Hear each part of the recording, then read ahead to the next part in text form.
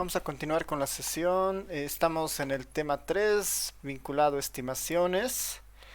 Eh, lo que habíamos ido diciendo en las pasadas clases es que nuestro objetivo es acercarnos a un parámetro mediante la información que nos puede proveer una muestra aleatoria, ¿no? Ahí el requisito esencial siempre es la idea de una muestra aleatoria. Hay al menos dos tipos de estimaciones, ¿no? Una estimación puntual, ¿no? que tiene el objetivo de dar un solo número, un solo valor acerca de un parámetro poblacional. Y estaban los estimadores por intervalos de confianza, ¿no? Que son justamente los que dan un rango de posibles valores, ¿no? En una estimación. Dentro de los estimadores puntuales, nosotros ya habíamos visto algunas propiedades que estos estimadores pueden tener. Uno de los más, bueno, al menos criterios puntuales, ¿no? Eran estos dos, ¿no? Un estimador que sea insesgado es una buena señal, ¿no? De la calidad de un estimador, porque nos dice que la distribución muestral del estimador está rondando el valor del parámetro, ¿no? En términos de su esperanza. Eso es lo que nos daba la idea de un estimador insesgado. Y un estimador eficiente nos vinculaba más hacia el lado de la varianza, ¿no? Nos decía que un estimador va a ser más, o bueno, va a ser mejor que algún otro, siempre y cuando la varianza sea más pequeña. En el sentido de que la varianza configura la forma que va a tomar nuestra curva de las distribuciones muestrales. En esa línea habíamos visto la cota de Kramer-Rao como un criterio, ¿no? Eh, de un límite para las varianzas de los estimadores, donde nosotros tenemos uno de los mejores escenarios para un estimador dado, ¿no? Cualquier estimador que alcance la cota de Kramer-Rao, siempre y cuando es un estimador insesgado, ¿no? Va a poder alcanzar esta varianza mínima, ¿no? Que es la varianza mínima de la cota de Kramer-Rao, ¿no? Y ahí habíamos entrado ya en los primeros pasos para la estimación para la estimación de los parámetros, pensando en funciones, ¿no? En funciones que contienen la información de algún parámetro en particular, ¿no? Nosotros podíamos definir a una variable que tiene una función en particular, una f de x definida por un parámetro también como tita. Y habíamos dicho que el método de máxima verosimilitud, que utiliza la información de la muestra, nos puede ayudar a dar o a revelar la forma que tiene el estimador para este parámetro tita, siguiendo el criterio de maximizar la función de máxima verosimilitud que ofrece este método. Los pasos eran bastante sencillos. Era bueno, sabiendo que tenemos una muestra aleatoria, ¿no? Sabiendo que tenemos una muestra aleatoria, tratamos de construir la función conjunta de esta variable aleatoria que contiene el parámetro, ¿no? Pensando que cada una de estas variables aleatorias provienen de una distribución x con esta función de probabilidad, y por la propiedad de que una muestra aleatoria genera espacios o genera elementos independientes idénticamente distribuidos, esta distribución conjunta se podría simplemente expresar como el producto de cada una de las marginales, y esta se venía a convertir en nuestra función L0, ¿no? Y la idea del método de máxima verosimilitud es maximizar esta función L perdón, maximizar esta función L tita, y maximizando esa función nosotros encontraríamos el valor de tita, ¿no? Que le vamos a llamar el estimador, que justamente cumple esa propiedad, ¿no? El primer paso es obtenemos al L0, después obtenemos el logaritmo, con eso nos aseguramos de que la función solamente va a encontrar máximos. Resolvemos la ecuación, ¿no? Resolvemos como en el cálculo 1 para hacer una maximización. Derivamos el logaritmo de la función L respecto el parámetro de interés y lo igualamos a 0. Esto funciona siempre y cuando tengamos un solo parámetro de interés. Si tuviéramos más de un parámetro de interés, ¿no? Que hay funciones que tienen ese comportamiento, ¿no? La uniforme tiene dos parámetros, la normal tiene dos parámetros, la distribución de Fisher tiene dos parámetros, ¿no? La distribución gamma tiene dos parámetros. Entonces, Si tuviéramos funciones que tienen más de un parámetro, el procedimiento es similar, ¿no? Encontramos la función L como el producto de las marginales, pero considerando al tita 1 y al tita 2, o los titas que tengamos, como,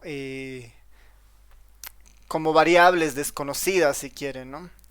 Aplicamos el logaritmo de la función y en este caso ya no resolvemos una sola ecuación, sino resolvemos la cantidad de ecuaciones iguales a la cantidad de parámetros desconocidos que tengamos, ¿no? Si tenemos dos parámetros será un sistema de dos ecuaciones, si tenemos tres parámetros será un sistema de tres ecuaciones.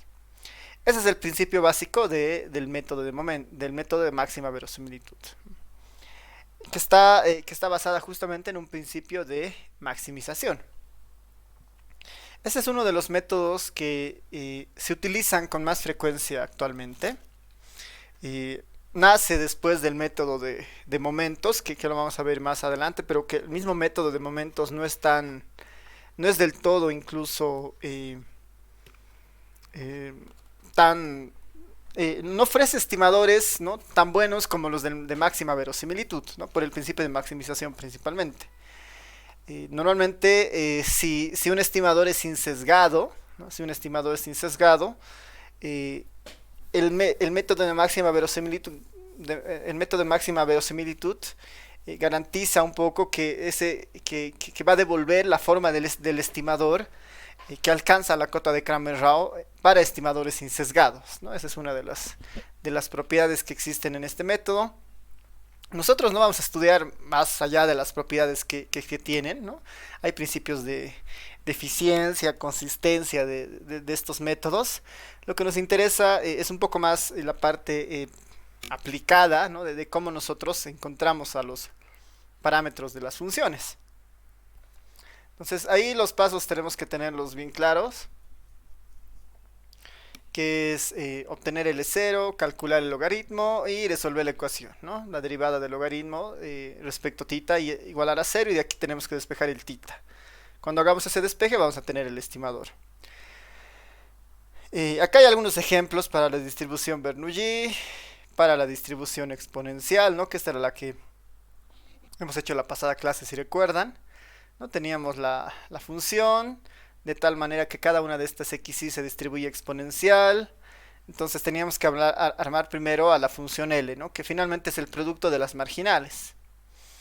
Aplicábamos el logaritmo, hacíamos la diferencia del logaritmo respecto al parámetro, en este caso como es único es respecto de lambda, y lo igualábamos a 0 y despejábamos lambda de acá, lo que nos daba como resultado que lambda finalmente había sido igual a la inversa de la media muestral, ¿no?, 1 sobre la media muestral, ¿no? Lambda había sido igual a 1 sobre la media muestral. A ver, antes de ver el siguiente ejemplo, tal vez vale la pena ver un ejercicio más con ustedes para este caso, ¿no?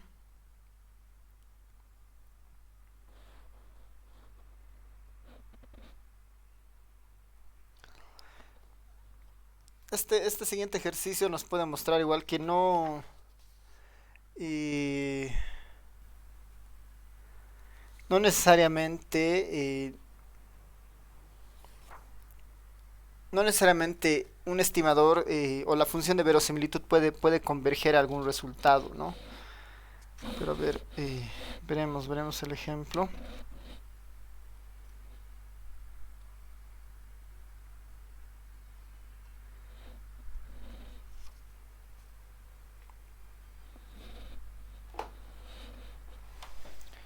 ¿Dónde estamos?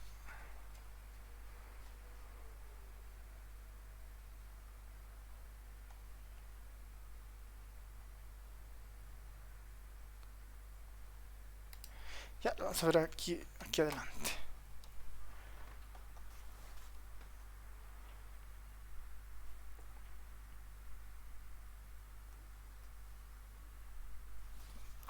A ver, esta función, esta va a ser un ejemplo más para el caso discreto, ¿no?, que es el que nos falta, ¿no? Ejemplos para el caso discreto. Que van a ver que el principio sigue siendo exactamente el mismo, ¿no? Para el caso discreto, vamos a imaginarnos que tenemos una función de probabilidad, ¿no? Sea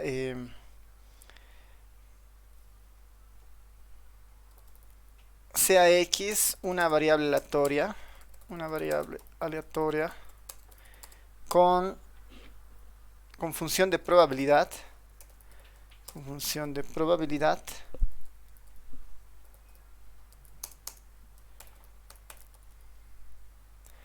Esta es una función discreta, ¿ya? Y por eso la notación, ¿no? El pi, este igual habíamos dicho casi al inicio que también la puedo escribir como eh, pi de x, digamos, ¿no?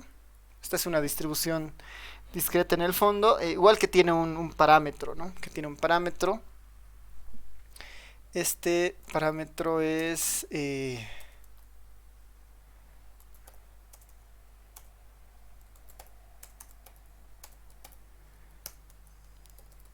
tita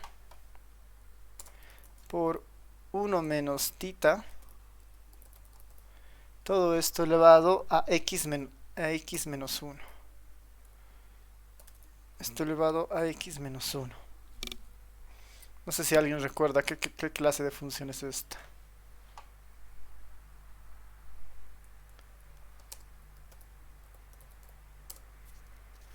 Donde eh, donde el valor del x, ¿no? Donde el recorrido del x toma valores estrictamente discretos, ¿no? 1, 2, 3 hasta el infinito.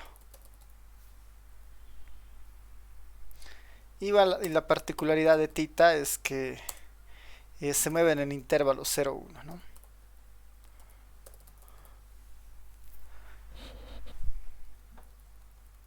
Esto incluso es inclusivo.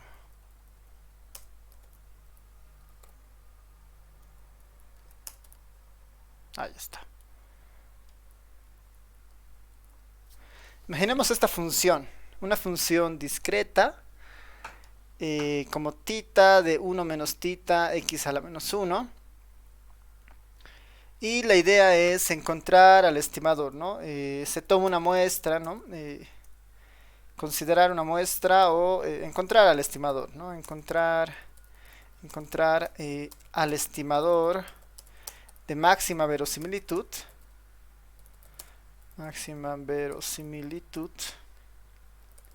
de tita. Este que sea un ejercicio. Tenemos que aplicar los mismos principios, ¿no? Exactamente los mismos principios.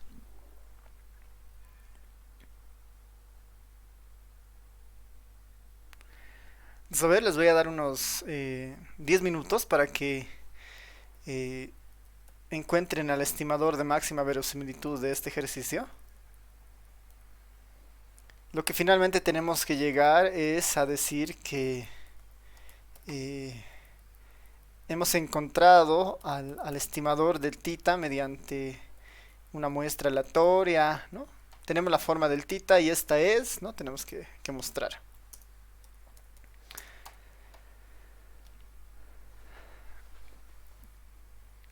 Entonces, a ver, vayan practicando, vayan viendo para cómo se puede resolver el ejercicio. Igual es un solo, eh, un solo valor como tal.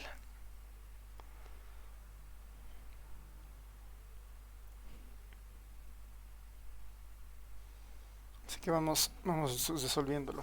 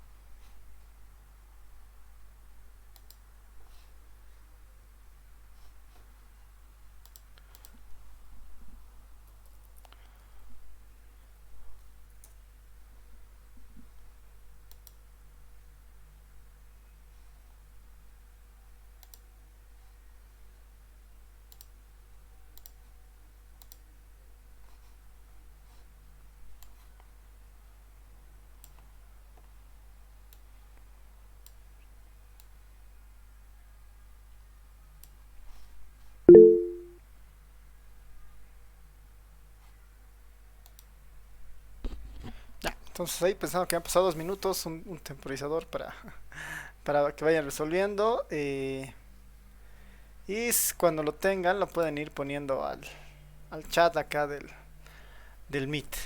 Y después lo vamos a hacer conmigo. ¿Qué tal? ¿Cómo les ha ido? ¿Alguien tiene algún candidato para el Tita?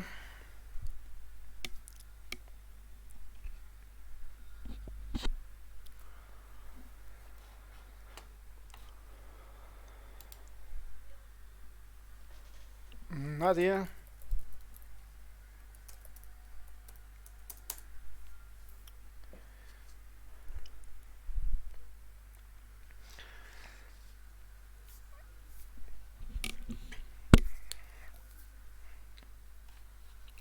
Ya, a ver, lo resolveremos conmigo y si alguien lo tiene, ahí está. Ya, está bien, lo de Gabriel está cerca. Entonces, como paso inicial es, ¿no? Como solución vamos a imaginar, ¿no? Que tenemos una muestra aleatoria, ¿no? Sea x1, esto más que todo por formalismo, ¿no? x2, punto, hasta una xn, una muestra aleatoria, ¿no? Una muestra aleatoria donde las x sub i son independiente, idénticamente distribuidas, ¿no? Eso es solamente como formalismo de que estamos con una muestra aleatoria que finalmente es el punto de partida para el método de máxima verosimilitud, ¿no? Así, ¿no? Nosotros podríamos decir fácilmente que la función de probabilidad de cualquiera de estas x que están en la muestra, ¿no? Para alguna evaluación de una xy, es exactamente igual a esta función, ¿no? Lo único que estamos acá formalizando es que cada una de estas xy que pertenecen a la muestra finalmente tienen el comportamiento de aquí vamos a poner simplemente el subíndice, ¿no? Y para notar que cada una de esas i's tienen la misma función de probabilidad, ¿no? Por eso están idénticamente distribuidas. Esto para cualquier xy, digamos, ¿no? Para cualquier xy tenemos esos valores y bueno, tita es el desconocido. Por lo tanto, el primer paso nos dice armaremos la función L de tita. L de tita. Esta función L de tita por definición por el principio de independencia debería ser el producto, ¿no? El producto de las distribuciones o de las funciones de probabilidad. Esta función, el producto de estas, ¿no? Voy a agarrar esta.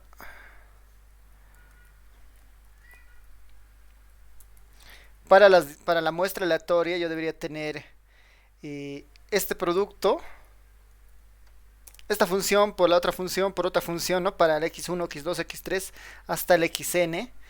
Y esto lo puedo poner mejor como una productoria, ¿no? Como una productoria desde el primer elemento en la muestra hasta el último elemento en la muestra, ¿no? Porque tenemos una muestra aleatoria justo de tamaño n. Esta es nuestra función L. Por definición, puedo ir haciendo algunas operaciones en nuestra productoria. El tita no está afectado por nada, así que podría salir fuera de la productoria, pero sale con el n, ¿no? Tita de n. Y ahí tengo 1 menos tita, ¿no? 1 menos tita. Mismas bases, los exponentes se suman, ¿no? Entonces en el exponente la productoria iría a sumar, ¿no? La sumatoria de xy menos 1, ¿no? La sumatoria de todo eso. Entonces en el exponente yo tendría algo como la sumatoria, ¿no? Si quieren acá, la sumatoria sobre S le voy a poner, ¿no? Porque finalmente es una sumatoria sobre toda la muestra. ¿De quién? De los X sub I. Podría de una vez entrar al 1 y en vez del 1 le pongo la n, ¿no? Pensando que estos son términos, la sumatoria solamente afecta al xy, ¿no? Dado que al 1 ya lo ha vuelto n, ¿no? A este 1 de acá, la suma de puros unos, si la sumatoria va hasta n, simplemente es n, ¿no? Entonces hasta acá ya tendríamos nuestra función L de tita. Tita a la n, 1 menos tita de la sumatoria de xy menos n. Este era el primer paso, encontrar esta productoria. Hasta ahí todo claro. ¿Alguna duda? Tal vez algo no se entendió en esta última parte.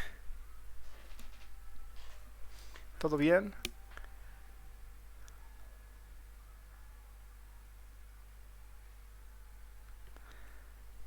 Ya.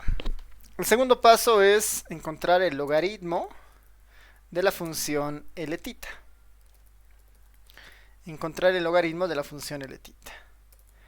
Que en el fondo no es nada más que poner el logaritmo a toda la función que hemos encontrado aquí arriba, ¿no? El logaritmo de todo esto.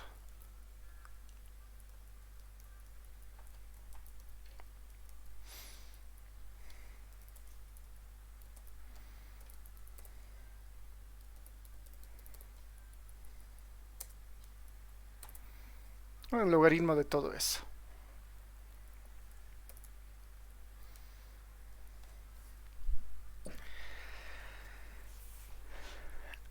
Por propiedades del logaritmo, ¿no? Por propiedades del logaritmo, el producto yo lo puedo sumar y los exponentes después los puedo bajar, ¿no? Esa es un poco la idea.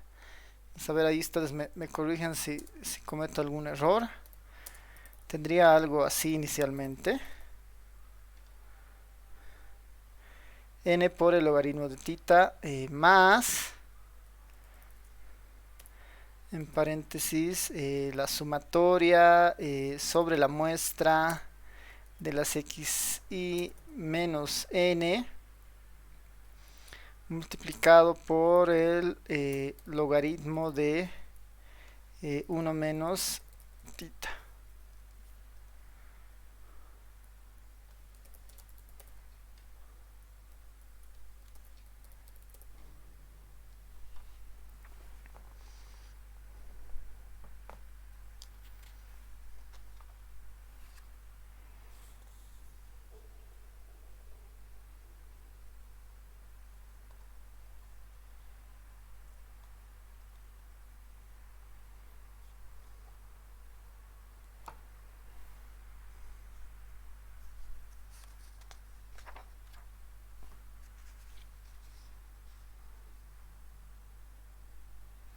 ¿Sí? ¿De acuerdo?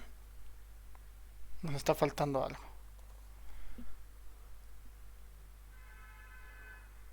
O sobrando algo.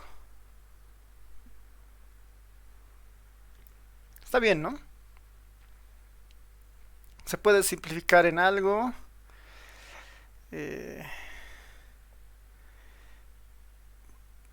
No, no tanto, ¿no? Se podría distribuir esto, ¿no? Sumatoria de xy, logaritmo, menos n logaritmo, pero tal vez mejor mantenerlo como está, ¿no? No va a haber mucha... No debería haber mucha diferencia.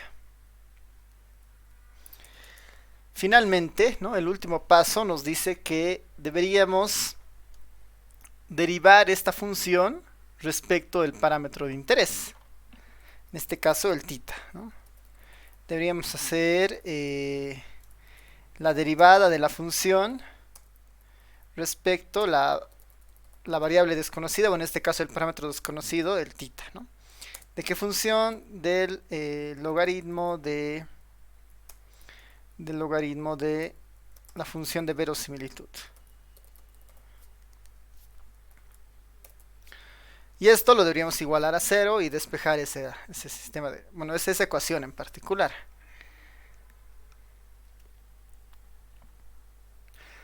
Entonces vamos con el primer caso. N por el logaritmo de tita será igual a ¿cuánto?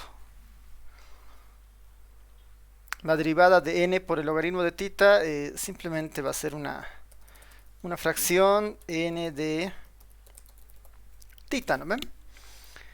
La derivada del logaritmo de x es 1 sobre x, entonces en este caso sería 1 sobre tita, el n se queda ahí como una constante. Después tendríamos que hacer más la otra derivada, ¿no? La derivada de esto. Esta no importa, esta se va a quedar como una constante en todo esto. Es que la voy a mantener acá.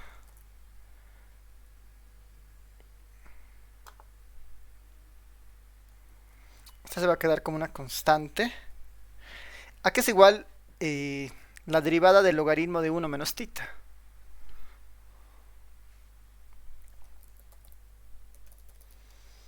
Bien parecido al anterior. 1 menos lo que tengo ahí adentro. 1 menos el logaritmo. Perdón, 1 menos tita. ¿No? Sería algo así. ¿No? El logaritmo de esto es exactamente 1 sobre 1 menos tita. Por la regla de la cadena, la derivada de aquí adentro. La derivada de menos tita es menos 1, lo que va a hacer que todo esto lo multiplique por menos 1 y lo único que va a cambiar es el más se va a volver menos. ¿No? El más se va a volver menos. Y ya está, ¿no? Ya tengo la derivada. Y esto lo único que tengo que hacer es igualar a 0. Y despejar de esta ecuación el tita. ¿No? Despejar de esta ecuación tita.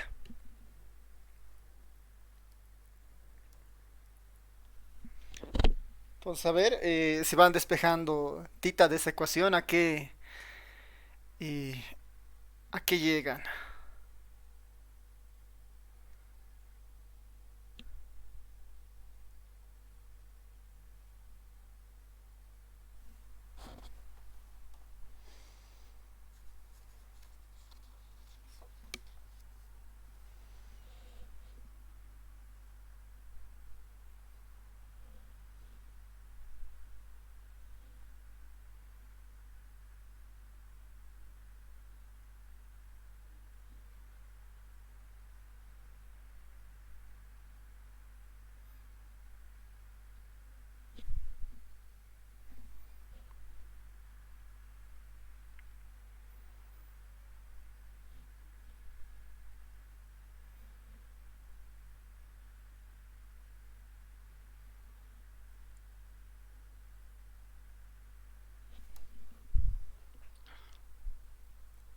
¿A qué hacer igual tita?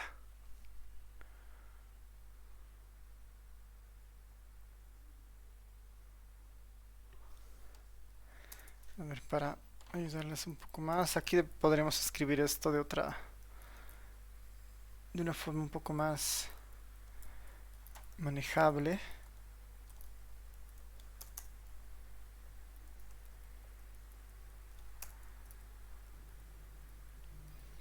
Esto finalmente es igual a esto, ¿no? En vez de aquí.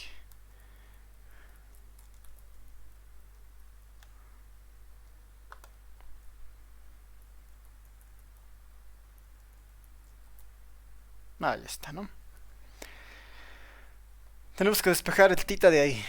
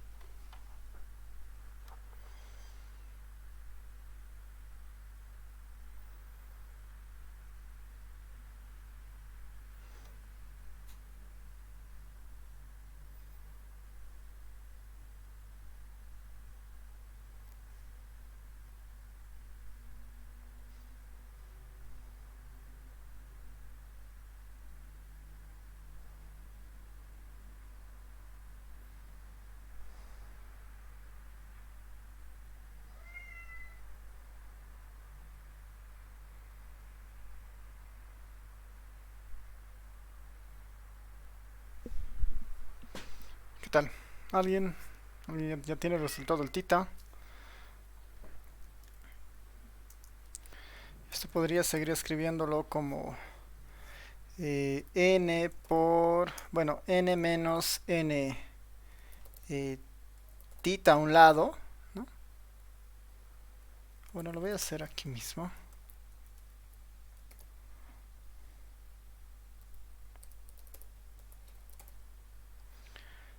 Este mismo resultado yo lo podría ver como n multiplicado por n tita,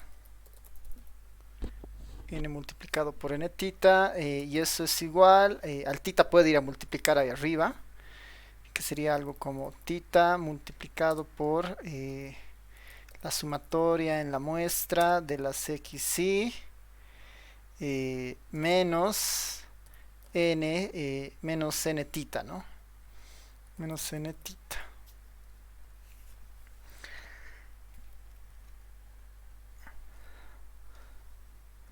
Las n titas se van a simplificar de ambos lados, y lo que yo tendría es n igual a tita de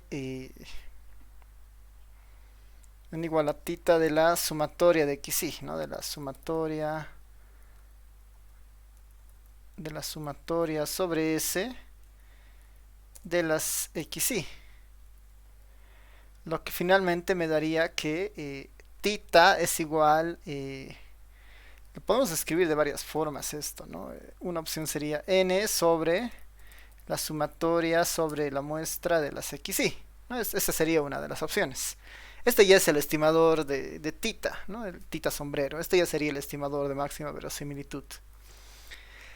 Otra forma en la que podría escribir esto es esa n yo lo llevo abajo y tendría algo muy parecido a lo que habíamos encontrado la anterior clase, ¿no? Sería 1 sobre la media muestral, ¿no? 1 sobre la media muestral. 1 sobre la media muestral. Es equivalente, finalmente. Y ya está, ¿no? Ese es el procedimiento para el estimador de máxima verosimilitud. ¿Preguntas? ¿Dudas?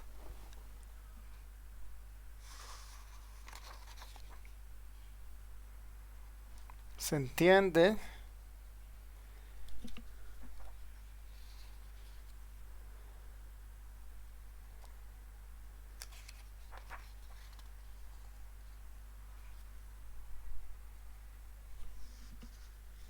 Como ven, no ha importado mucho si era discreta o continua, finalmente el resultado ha sido muy parecido, digamos, ¿no? Bueno, el procedimiento en realidad ha sido muy parecido. Esta función en particular es, si recuerdan, es la geométrica, ¿no? Es la probabilidad de que un éxito ocurra en algún momento, ¿no? Esta función de probabilidad finalmente es la distribución geométrica.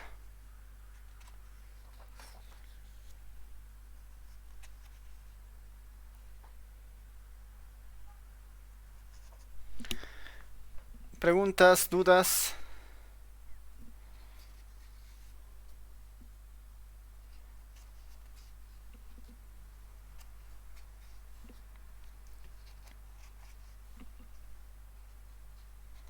Ya.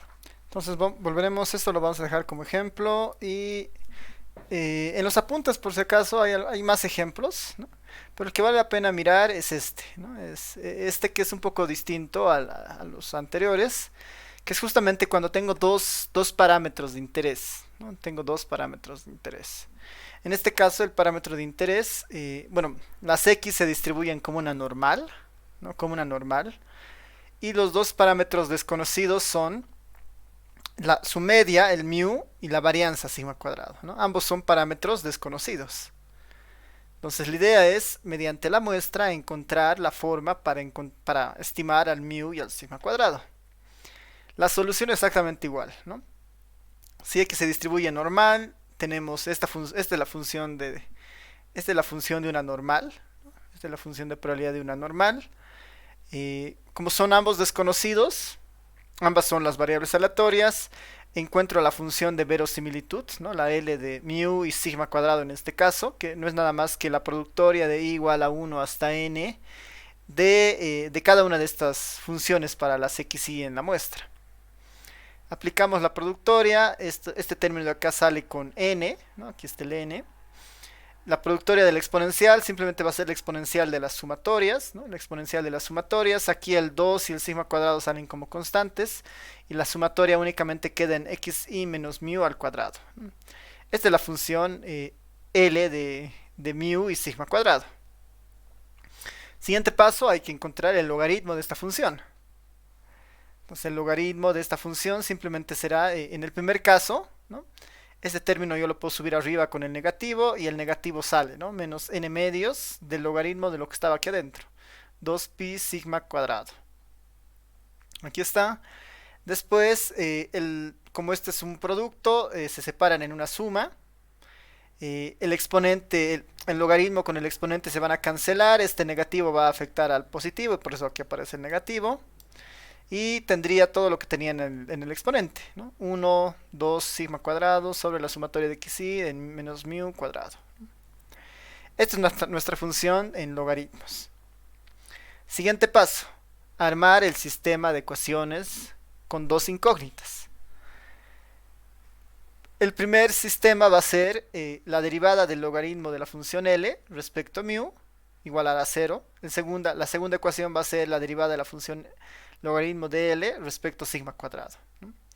Entonces, realizo la derivada de esta función respecto a mu.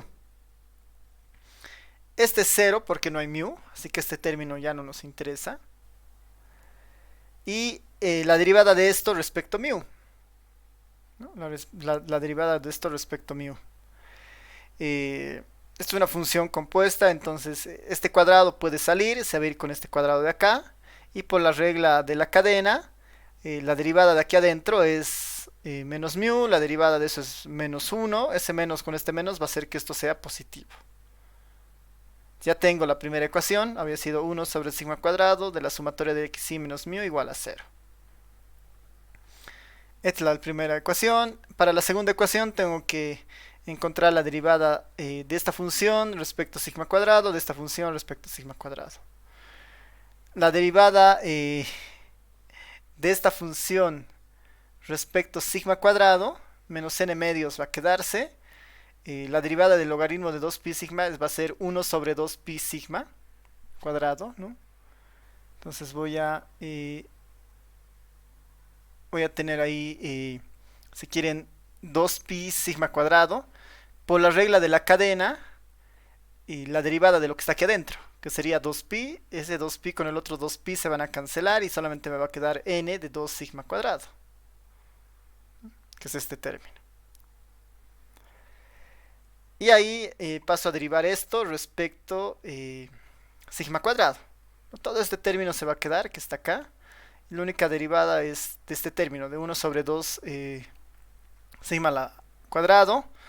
La derivada de esto debería ser sigma cuartas, ¿no? Sigma cuartas.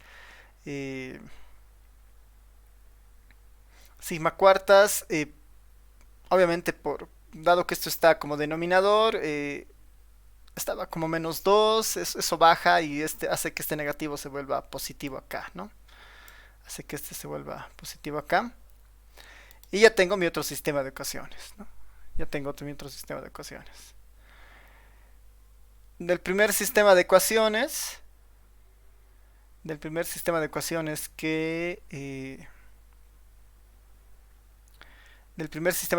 tengo esto y del segundo sistema de ecuaciones tengo esto, ¿no? Esto yo lo puedo todavía simplificar más. Bueno, no, ni siquiera, ¿no? Ya. Y la idea es resolver este sistema de ecuaciones, ¿no? Este sigma puede desaparecer, finalmente sabemos que es positivo, ¿no? Y aquí podemos hacer que la sumatoria, ¿no? La sumatoria de xy menos n mu, ¿no? Esta es una forma más corta de la primera ecuación. Y la segunda ecuación es esta, ¿no? Que igual ahí se podrían hacer simplificar las sigmas.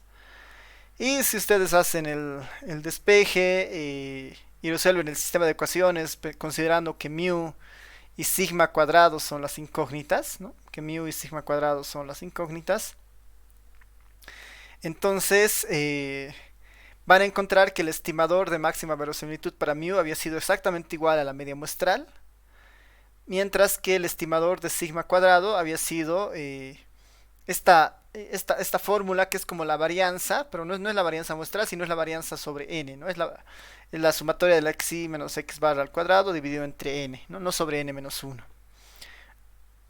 En este caso, por ejemplo, este es un estimador que es sesgado para estimar a la varianza, pero es el estimador de máxima verosimilitud.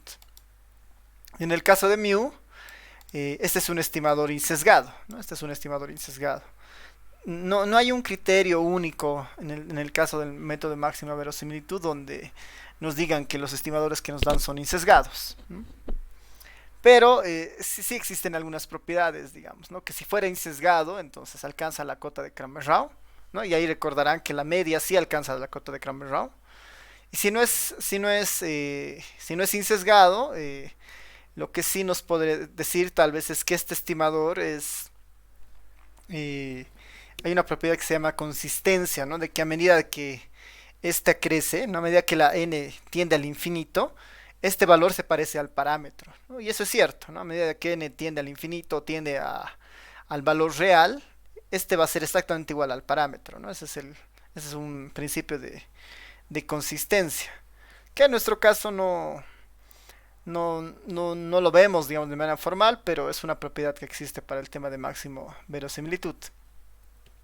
Este es el mejor método de estimaciones de los que vamos a ver.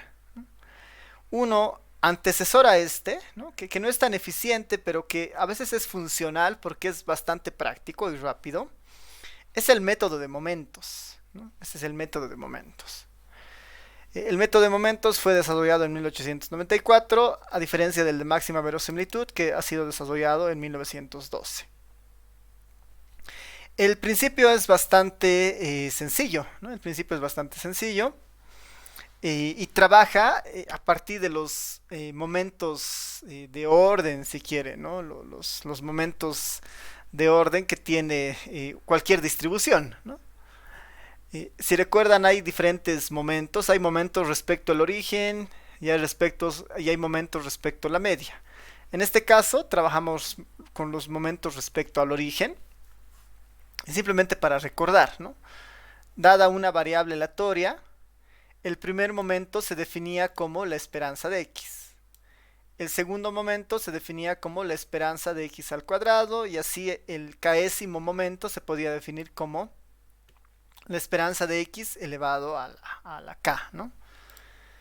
Estos son los distintos momentos. Al primer momento lo podríamos nombrar como mu1, al segundo momento lo podríamos nombrar como mu2 y al késimo momento lo podríamos nombrar como mu k. La definición para una función continua es bien sencilla, ¿no? La esperanza de x es la integral en el recorrido de x por su función de densidad. La esperanza de x al cuadrado es la integral de x al cuadrado por su función de densidad, ¿no? Lo mismo para esta esperanza de xk, ¿no? Será la integral de xk por su función de densidad. Eso eran los momentos, ¿no? Esa era la idea de los momentos respecto al origen. Nosotros ahora estamos ante la presencia de una muestra aleatoria también, ¿no? Vamos a decir, sea x1 hasta xn, una muestra aleatoria de tamaño n, ¿no? Una muestra aleatoria de tamaño n. De una variable aleatoria x alguna, ¿no? Que tiene alguna distribución de la cual nos interesa un parámetro. Vamos a definir los primeros k momentos de la muestra respecto al origen, ¿no? Vamos a definir los primeros k momentos de la muestra respecto al origen. El primer momento de la muestra, ¿no? De estos n elementos, simplemente será su promedio, ¿no? La sumatoria de x y n, su primer momento. El segundo momento será la sumatoria de los x y al cuadrado dividido entre n, ¿no? Y así hasta el késimo momento, ¿no? Hasta el késimo momento. Entonces partimos de la idea que estos momentos, el μ1, el μ2 y el μk, ¿no? Los momentos μk de la población, serán funciones de los parámetros desconocidos, ¿no? Porque formalmente están en función de esta f, ¿no? Que esta f tiene los parámetros desconocidos, ¿no? ¿Y qué es lo que dice el método de momentos? Lo único que tenemos que hacer es igualar, ¿no? Al igualar estos momentos muestrales con los poblacionales, vamos a poder construir un sistema de ecuaciones de cuántas incógnitas se defina en la distribución de X. Dicho de otra manera, lo único que tenemos que hacer es, si queremos encontrar el parámetro, y por decir, tiene un solo parámetro nuestra función, bastará con resolver el sistema de ecuaciones que salga de igualar el primer momento muestral, que es este, con el primer momento de la función, que en este caso será la esperanza de X, ¿no? Igualo la esperanza de X, igualo la esperanza de X con el primer momento muestral. Y de ahí despejo el valor del parámetro, ¿no? De ahí despejo el valor del parámetro. Así debería funcionar el método de momentos, ¿no? En términos de prácticos es bastante sencillo el procedimiento. Podemos ver nuevamente el ejemplo para la función exponencial, ¿no? Y de ahí tal vez podamos repetirlo para el anterior ejercicio. Si suponemos que tenemos los n elementos, ¿no?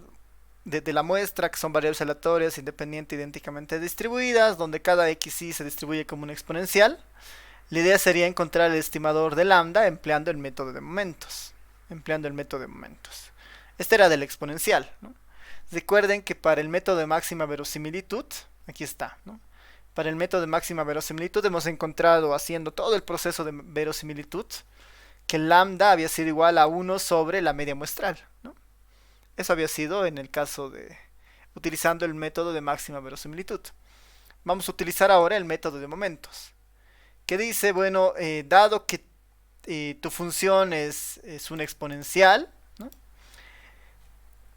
Tenemos que encontrar la esperanza, ¿no? El primer momento de una distribución exponencial, ¿no? Solución, recordar que si x se distribuye exponencial, su función de densidad tiene esta forma, ¿no? Lambda por exponencial de menos lambda x.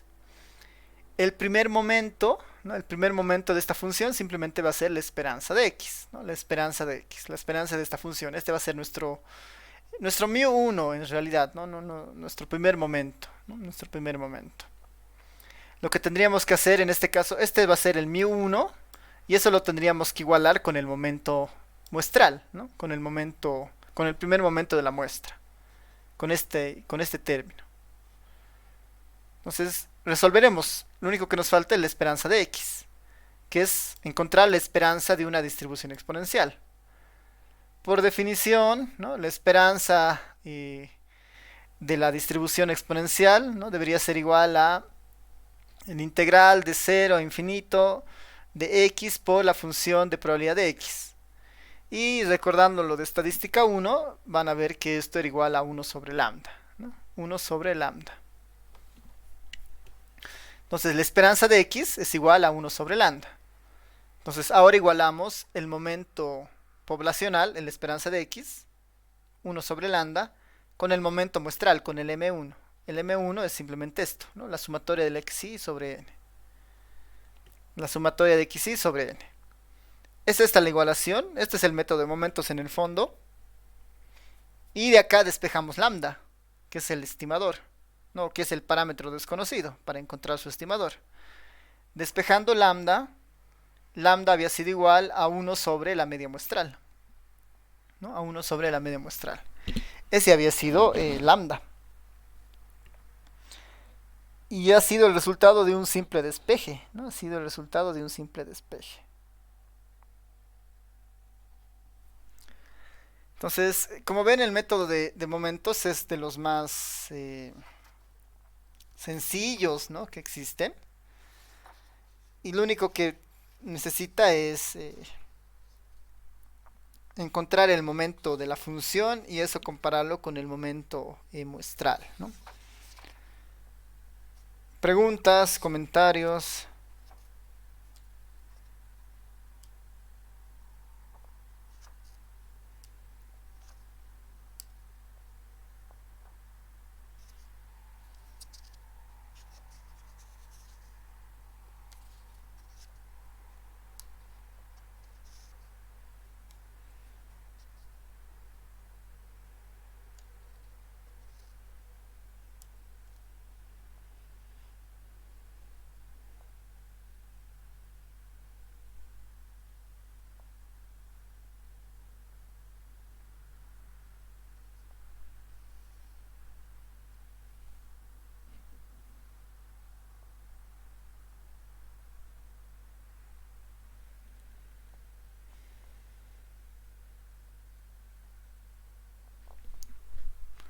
Nadie. Aquí un ejemplo, aquí hay otro ejemplo, que es justamente sobre la geométrica. Este es otro ejemplo sobre la geométrica. Esta es otra geométrica, ¿no? Es la geométrica rezagada al cero, ¿no? Nosotros habíamos visto la otra geométrica que inicia en uno, ¿no? Por eso la diferencia es que este inicia en cero y aquí es x a la... es simplemente x, ¿no? En nuestro ejemplo anterior era x menos uno. Este es un ejemplo igual bastante sencillo, ¿no? Pensando que tenemos una distribución geométrica. Encontrar el método, encontrar la estimación de p en este caso, para utilizando el método de momentos. Por el método de momentos esto es muy fácil, dado que la esperanza de la distribución geométrica es 1 menos p sobre p. Esta es la esperanza del método de momentos. Perdón. Esta es la esperanza de una distribución geométrica. Entonces, por el método de momentos, lo único que tendríamos que hacer es igualar esta esperanza, 1 menos p sobre p, al primer momento, ¿no? Y no se olviden que el primer momento finalmente es la media muestral, ¿no? El primer momento es la media muestral. Entonces, 1 menos p de la media muestral. Y esto, si nosotros despejamos el p, simplemente será el estimador de p para una distribución geométrica, 1 sobre la media muestral más 1. ¿No? Que si lo hiciéramos por el método de máxima verosimilitud, ¿no? Llegaríamos a un resultado muy similar, ¿no? Haciendo mucho menos esfuerzo. Esa es un poco de las ventajas, digamos, que tiene este método de momentos. Para lo mismo que hacíamos antes, ¿no? eh, para esto, ¿no? Para la normal. Antes estaba esto como tarea, pero aquí lo podemos hacer como ejercicio ahora. Si x es una normal con parámetro mu sigma cuadrado, encontrar los estimadores por el método de momentos de mu y sigma cuadrado, ¿no? Encontrar estos estimadores mediante el método de momentos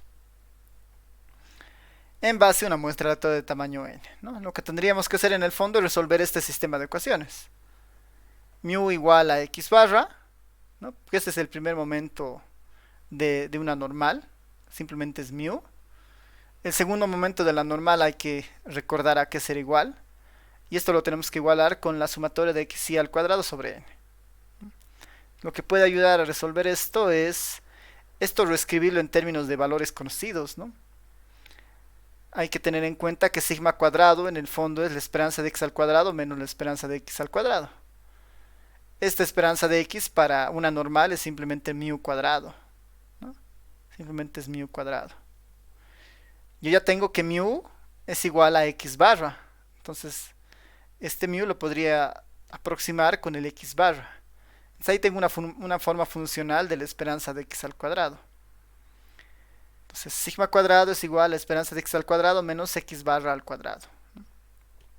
Utilizando esta referencia debería encontrar el estimador de sigma cuadrado en el caso del método de momentos, ¿no?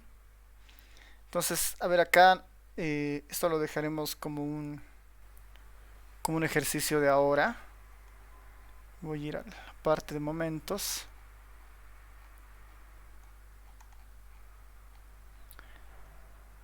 Para que ustedes lo puedan hacer. Ya. Este va a ser otro ejercicio.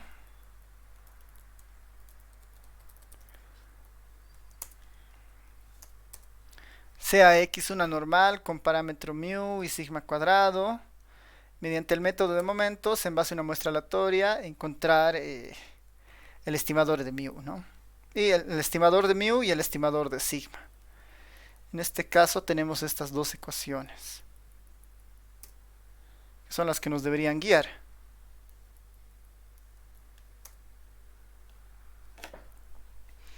Esta es la primera ecuación. Mu igual a x barra. Y esta es nuestra segunda ecuación.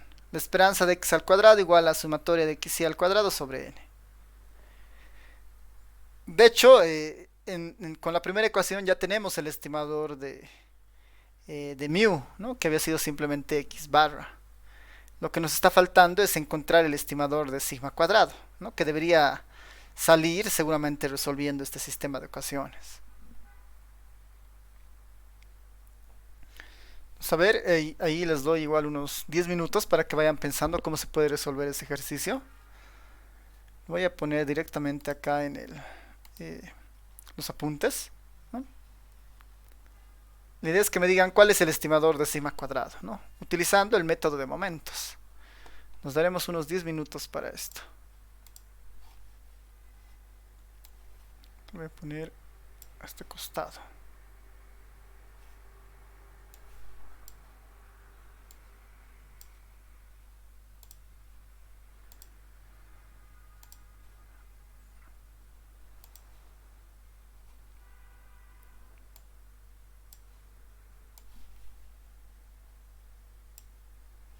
Este sería el ejercicio. En 10 minutos les pregunto cómo les ha ido. Debería ser un poco menos, ¿no? Porque ya casi toda la información está ahí, pero cuando lo tengan, ahí lo pueden poner en el chat. Adelante.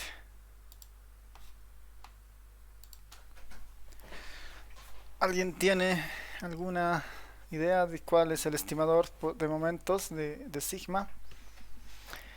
Acá, lo único que tienen que tener presente de este método es esta parte, ¿no? De que finalmente lo que establece es que igualemos los momentos de la distribución, ¿no? Estos son los momentos de la distribución con los momentos muestrales, ¿no? Donde estos son los momentos de la muestra. El M1 siempre es la media muestral. El M2 es la sumatoria de las xy al cuadrado sobre n, ¿no? Es como una media muestral, pero es una media de las xy al cuadrado. Y el MK será la sumatoria de las xy a la késima, ¿no? Sobre n, ¿no?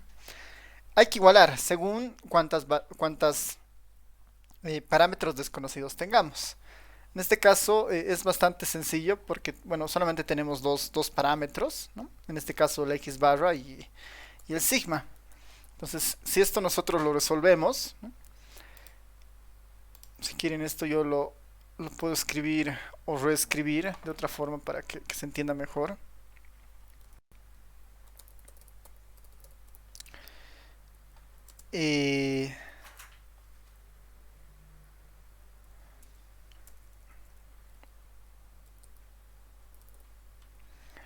Este mu igual a x barra, ¿de dónde sale? ¿No? De la igualación de la primera, ¿no? La esperanza de x la tengo que igualar ¿con quién? Con el momento 1. Con el momento 1. Dado que x es normal, la esperanza de x de una normal es mu, por definición. Y el primer momento de la muestra es simplemente x barra. O sea, ya tengo una primera relación, que el estimador de mu había sido la media muestral. Con la primera ecuación ya tengo el primer parámetro. La segunda ecuación, ¿de dónde sale, no? Esta de acá. Esta sale de la siguiente idea, ¿no? Lo mismo, ¿no? Esta sale de la idea de que yo iguale la esperanza de x al cuadrado, ¿no? La esperanza de x al cuadrado yo lo igualo con el segundo momento muestral, ¿no? Con el segundo momento muestral, con el M2, ¿no? Con el M2. Yo debería hacer esto en la segunda parte. Igualar la esperanza de x al cuadrado con el M2. La esperanza de x al cuadrado lo voy a dejar nomás, mientras el M2 tenga una forma, ¿no? Que es la sumatoria del xy al cuadrado sobre n. Ahora tengo que resolver esto, o ayudarme, ¿no? Porque tengo dos sistemas, bueno, tengo dos ecuaciones con dos incógnitas. Ya tengo la primera incógnita resuelta, ¿no? Mu había sido igual a x barra. Para esta segunda parte tengo que tratar de utilizar alguna información adicional. Y ahí justamente iba esta segunda parte de recordar, digamos, ¿no? Que es una propiedad de la varianza en realidad. El sigma cuadrado, que es la varianza de x, ¿no? En este caso de la normal, y por definición yo la puedo escribir de esta forma. Como la esperanza de x al cuadrado menos la esperanza de x todo al cuadrado. Esta esperanza de x se queda así, esperanza de x al cuadrado. Esta esperanza de x, como es una normal, simplemente es mu cuadrado. Como ya tengo el estimador de mu, que es x barra, esto lo pongo como x barra al cuadrado. Entonces aquí tengo una forma, ¿no? Para el sigma cuadrado. Sigma cuadrado había sido igual a la esperanza de x al cuadrado menos x barra al cuadrado. De esta forma yo puedo introducirlo en mi anterior ecuación, ¿no? De esta forma yo puedo introducirlo esto en mi ecuación y reemplazo, ¿no? La esperanza de x al cuadrado, ¿a qué es finalmente? Es igual o es equivalente a sigma cuadrado más x barra al cuadrado. Aquí puedo poner para alfa, digamos, ¿no? Para alfa, haciendo referencia a que esto se va a llamar de aquí alfa, digamos que esto sea...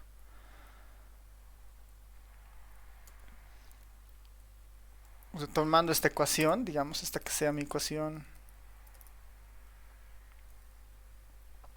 alfa.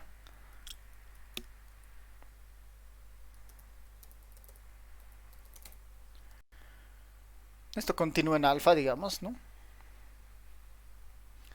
Entonces, para esta alfa en realidad lo que debería hacer, como continuación, ¿no? de lo anterior en base a esta propiedad de la varianza, lo único que tendría es que la esperanza de x al cuadrado yo lo puedo escribir como sigma elevado al cuadrado más la media muestral, ¿no? Más x barra más x barra al cuadrado, ¿no? Más x barra al cuadrado. Todo esto es igual en teoría, ¿no? Todo esto es igual en teoría a este momento, ¿no? A este momento. Al segundo momento de la muestra, que es esta sumatoria de x al cuadrado, ¿no? Esto yo lo voy a copiar de acá.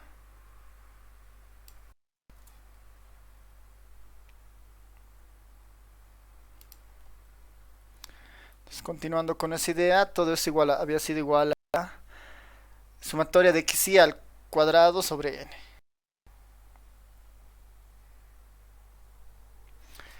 Puedo, de acá lo que me interesa es despejar el sigma cuadrado, ¿no? Lo que me interesa es despejar el sigma cuadrado. Y yo podría tener acá lo siguiente. Voy a tener que sigma al cuadrado había sido igual a la sumatoria de xy menos x barra.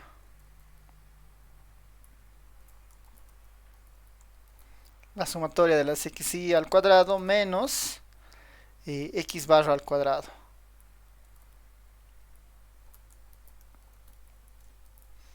Menos x barra al cuadrado. Y este es el estimador finalmente de sigma, ¿no? Este sigma yo ya le puedo poner un sombrero diciendo que es el estimador, ¿no? Este es el estimador de sigma finalmente. Sigma, la estimación para el parámetro sigma cuadrado, el estimador, ¿no? Había sido igual a la sumatoria sobre la muestra de xy al cuadrado sobre n menos x barra al cuadrado. Que en la práctica es la fórmula corta para la varianza, ¿no? La fórmula corta para la varianza. No es la varianza muestral, ¿no? La varianza muestral está sobre n menos 1, pero es como la varianza muestral sobre n, ¿no? No sobre n menos 1. Este es un estimador también sesgado, ¿no? Es un estimador sesgado.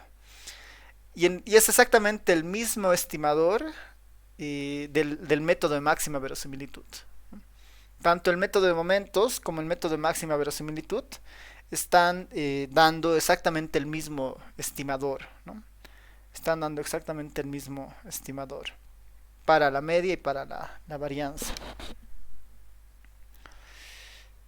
Entonces acá les voy a dejar una tarea. Una tarea para ustedes. Una tarea para ustedes. Imaginando principalmente que... Bueno, tratando de pedirles lo más completo posible, digamos, ¿no? Vamos a suponer, ¿no? Sea x una variable aleatoria. Una variable aleatoria con función de densidad.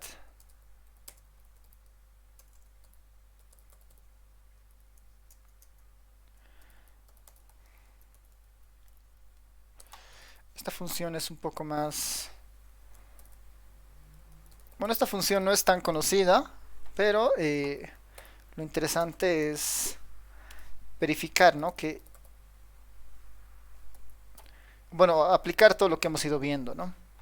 2 por tita menos x sobre tita al cuadrado, sobre tita al cuadrado, sobre el tita al cuadrado. Esto para esto para x que está entre 0 y tita, no, esto para x que están entre 0 y tita.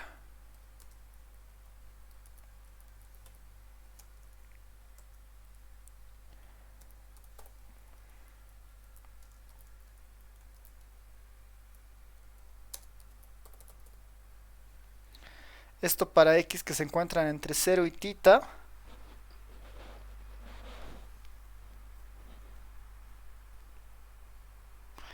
No vamos a poner ninguna condición necesariamente sobre el tita. En este caso, si notan, tita es mayor a 0, digamos, ¿no? Podemos poner eso tal vez. Pensando que tita existe, digamos, ¿no? Tita es mayor a 0. Ninguna otra regla más, ¿no? Pensando en esas dos. Vamos a pedir varias cosas. Uno, verificar que es una función de densidad, ¿no? Que es una función de densidad. Dos, encontrar el estimador de tita, ¿no? Encontrar el estimador de tita por el método de momentos y máxima verosimilitud.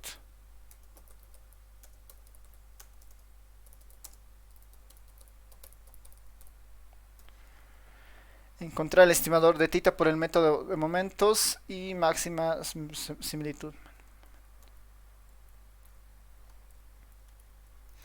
Y último, debería ser verificar, ¿no? Verificar si los estimadores de momento, o el estimador, ¿no? Verificar si el estimador por el método de momentos o máxima verosimilitud y máxima verosimilitud, si el estimador por el método de momentos y máxima verosimilitud es insesgado, ¿no? Es insesgado.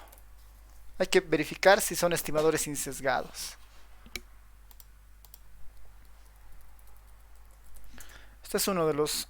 Este es un poquito más completo, ¿no? Pensamos que es una función no conocida, así que hay que trabajar un poco más. Y hay que hacerlo para el método de momentos y para el método de máxima verosimilitud. Entonces, esto va a quedar como tarea para que ustedes vayan repasando. Y con este punto terminamos esto de la estimación puntual, ¿no? Terminamos con el punto de la estimación puntual. Y en el examen, en esta parte, ¿no? Pensando ya en el segundo parcial, bueno, falta mucho todavía, pero simplemente como comentario. Normalmente en esta parte yo les puedo dar como esto, ¿no? Les digo, les doy una función y les digo, ¿no? ¿Cuál es el estimador de máxima verosimilitud, ¿no? Yo les puedo dar varias opciones, si fuera así un examen de respuesta múltiple. O si no, en algún caso, si fuera escrito, es una pregunta muy parecida a esta, digamos, ¿no? Se les da una función y se les pide verificar si es una función, encontrar el estimador de momentos y ver si cumple, ¿no? El principio de insesgadez, ¿no? Incluso acá, digamos, pensando que vamos a ir por los dos lados, por el de verosimilitud y por el de momentos. Y si tuviéramos dos estimadores diferentes, el siguiente paso sería preguntarles cuál es más eficiente, ¿no? ¿Cuál es el estimador eficiente, ¿no? Que en este caso sería aquel que tenga menos varianza. O incluso les podría preguntar si alguno de esos dos estimadores alcanza la cota de Kramer-Rao, ¿no? Pero pensaremos por el momento en este esquema, ¿no? Con esas tres preguntas. Saber, no sé más bien si tienen consultas, preguntas, comentarios.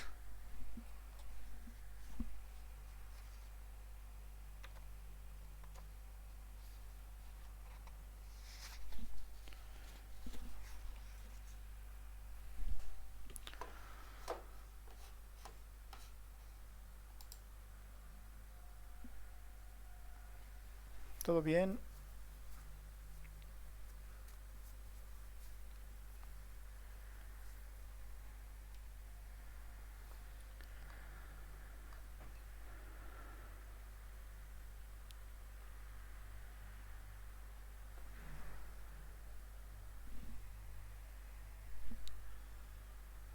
Ya, entonces veremos cómo les va con la tarea, pensando que esto es para el día miércoles. Es una tarea opcional, digamos, ¿no? Si quieren hacen, si no, no.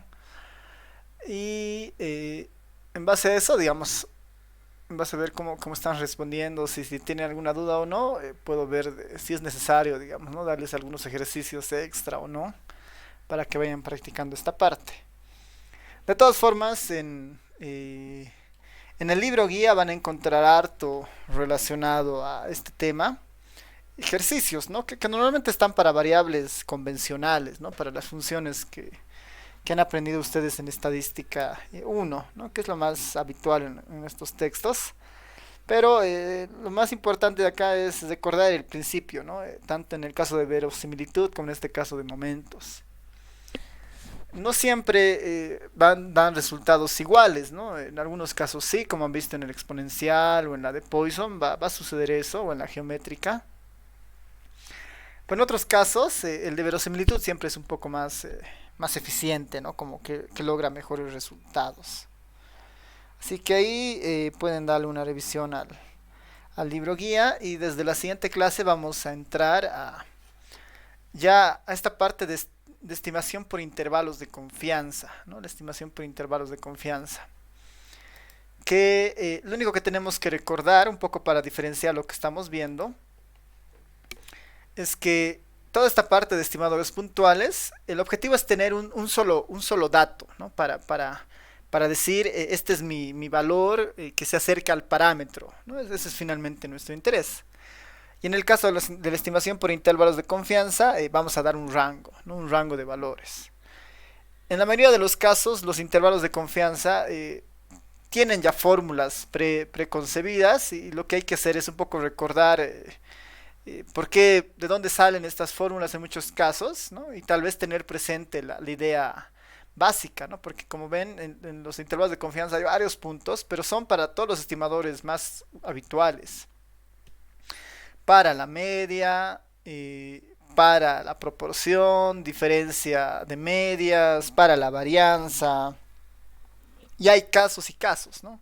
Entonces muchas veces en esta parte, a veces lo mejor tener como, o empezar a hacerse un formulario para reconocer la fórmula, ¿no? Que uno debe usar y en qué circunstancia. En el fondo, un intervalo de confianza trata de aproximar y dar más información de la distribución conjunta, ¿no? Si tuviéramos acceso a la distribución conjunta o a la distribución muestral, en este caso de nuestro estimador, pues todo sería muy fácil, ¿no? Pero como no tenemos eso, la idea es aproximarnos, ¿no? Aproximarnos. Hemos visto cómo aproximarnos con un punto, ¿no? Y tratando de cumplir ciertos criterios, como la insesgadez, ¿no? Eh, y en este caso vamos a ver cómo acercarnos mediante un rango, ¿no? Pero ese rango no necesariamente es estático, pensando que las muestras que nosotros tenemos también son aleatorias, ¿no? Cada muestra que se nos da depende de la selección que haya existido. La cantidad de muestras posibles es enorme, entonces los intervalos de confianza tampoco son fijos, ¿no? Sino son intervalos de confianza que dependen de la muestra, pero en el fondo cada una de las muestras que existen pueden generar un intervalo de confianza, un rango diferente. Y para tener algo de certeza en esa idea de los intervalos de confianza, aparece justamente este término, ¿no? El término de confianza, ¿no? Aquí le vamos a llamar confianza Y parte por eso justamente, ¿no? Porque ese rango de valores posibles que vamos a dar es una variable aleatoria en el fondo que depende de muestra a muestra, pero nosotros para darle más certeza o más robustez a eso tenemos que asociarlo con algo que podamos controlar, en este caso una probabilidad, digamos, ¿no? Y a una probabilidad, en este caso, se le conoce como esta idea de confianza, digamos, ¿no? Aquí está la fórmula básica de un intervalo de confianza, entonces esto lo vamos a ver ya la siguiente clase y bueno, vamos a ir viendo todos los casos que existen, ¿no? Para media, con varianza conocida, desconocida, eh, ¿no? En el fondo es mirar la distribución muestral, fórmula, mirar la distribución muestral, fórmula, ¿no? Entonces, igual se pueden hacer varios ejemplos en el R para un poco entender cómo está funcionando, ¿no? Y vamos a volver a retomar algunas distribuciones, como la chi cuadrado, la Fisher, ¿no? Seguramente la Fisher nos servirá para intervalos de confianza, de cocientes de varianza. La chi cuadrado nos servirá para intervalos de confianza de la varianza, ¿no? Porque la chi cuadrado tiene una conexión con la varianza. Y la normal y la t de student nos servirán para intervalos de confianza de proporciones y medias, ¿no? Proporciones y medias. Entonces vamos a nuevamente conectar con esas distribuciones. Ya. Entonces terminemos acá. Ahí está la tarea. Voy a actualizar en un momento más estos apuntes para que tengan la tarea y puedan ir ahí un poco practicando. Igual, eh, si no con la auxiliar pueden ir avanzando también o repasando algunos ejercicios de estos métodos, ¿no? No sé si alguien tiene consultas, comentarios.